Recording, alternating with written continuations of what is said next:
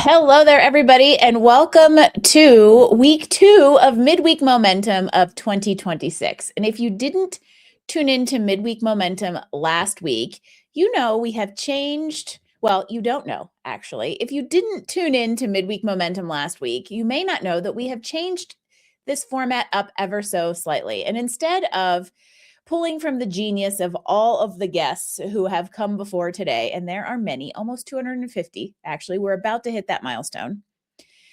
I decided that I was going to use this as a time to talk to you and deep dive into something that came up throughout the week, something that may have come from this week's episode, or otherwise a way to encourage you to remember that the future of work is human, and we're going to make sure we keep it that way. Whether we want to be an AI-enabled human on purpose, whether we are working in a fully human space, whatever that is, I want to spend this time with you deep diving and talking about the things that really matter in the future of work today. And something really interesting came up in my conversation with Vicki Landers on Monday. And if you haven't tuned into that episode, that full episode of No More Mondays, I really suggest you do, because she and I talked about perspective.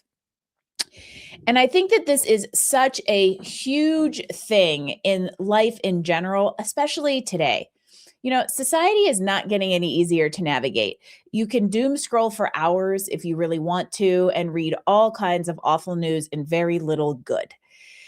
And so it becomes really easy to fall into what I would consider that kind of scarcity or negative or poor perspective mindset, especially when things happen directly in our own lives. It can be really easy to go, oh, I can't believe this is happening to me, or to take on that victim mentality, or to fall into that kind of scarcity mindset. Scarcity versus abundance mindset is very proven psychological activity. There are amazing books out there. Mindset by Carol Dweck is an amazing one to read about this. It's got scientific research, and also talks about how we can shift our perspectives and move to that glass is half full to maybe at least the glass has water in it. Because as we think about shifting perspectives, what we have to be cautious not to do is fall into avoidance. I'm going to stick my head in the sand and pretend like it's not happening.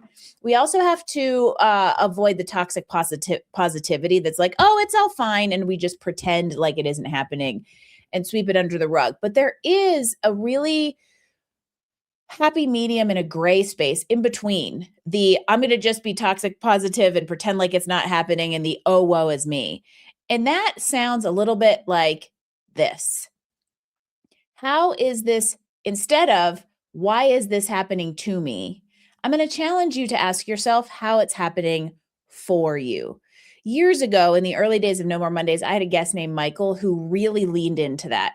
He had had a tragic bike accident that had left him physically pretty roughed up significantly. And instead of victimizing it and just taking that as circumstance, he chose to turn it around. And for any of you that have read my new release, Scary Good, Discovering Life Beyond the Sunday Scaries, there's the shameless plug of the week. My book, which did debut as #1 top bestseller, new release in entrepreneurship, and it held that title for about the first 6 days, which is pretty incredible. This is something I wholeheartedly believe in and experienced. And so I talk very candidly and openly about some of the challenges that we have had in life, business, and finance. And I very easily could have just said, oh, this happened to us, I'm just going to go, be mediocre. Instead of saying, I'm going to take all of these failure, loosely translated, is a learning experiences and translate them into something that can help other people or that can help us rise above our circumstances. But if you choose the lens of negativity, you're never going to get yourself there. It's funny how common themes show up for us. And I'm a big believer in paying attention to them, because there's no such thing as coincidences, and you better pay attention to common themes because they're trying to tell you something. And if you don't, eventually you're going to be smacked in the face to listen. And it's interesting that I chose to talk about this today, and that Vicki and I deep dived into this on Monday, because I also decided to pick up Napoleon Hill's Think and Grow Rich and read that for the first time again. I've read it several times.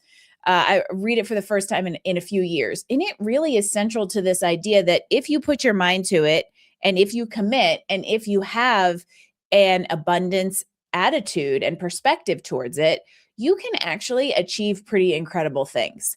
However, that's never going to happen if you choose circumstances as the status quo or accept what I like to call mediocrity, because that is something that we are all too accepting of in society today. Instead of looking at, like, what do I want to design?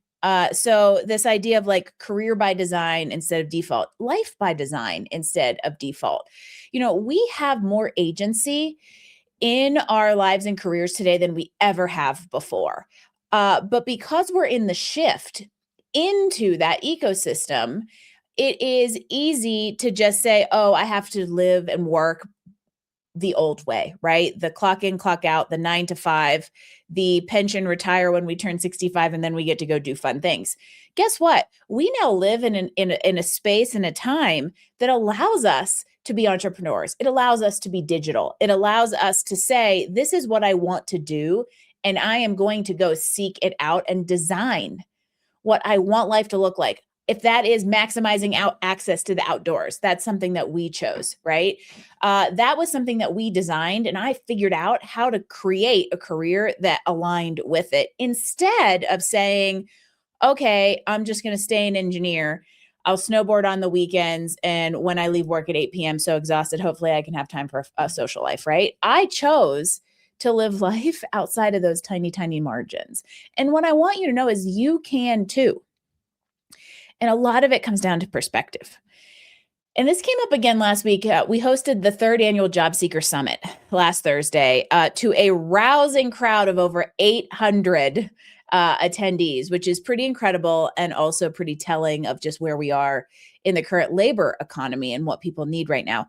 And somebody asked the question, she says, what do I do? And this is really about the future of work and the perspective that we have as things change, and also how we put ourselves in it. She says, I'm a graphic designer and I don't know how to adopt or embrace AI on any level because I feel like it is just destroying my industry.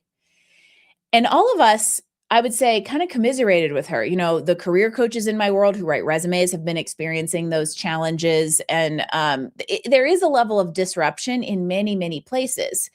However, you can choose to look at it as that, oh no, this is destroying my industry. What am I going to do?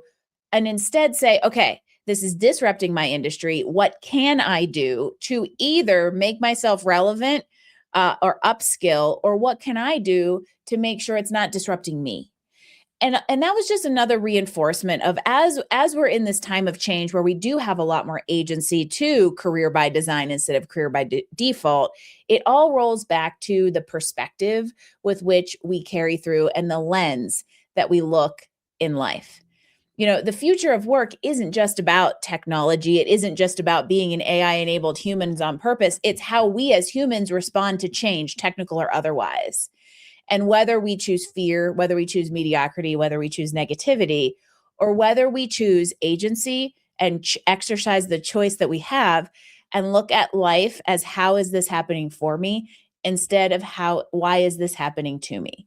And so as you go through this week and start this new year and really get into the swing of things, I want you to notice, where are you carrying a lens that isn't serving you? And where could you shift your perspective to potentially look at things differently, look at things potentially more positively, maybe find the bright side? Because whether you're just okay, F-I-N-E, 4-letter word fine, or miserable, you can choose whether to be miserable in a miserable situation or find joy in a different perspective. So that's what I have to offer you this week for your little dose of midweek momentum as you push through your hump day. Have a great week, and you know how to find me if I can help you career by design.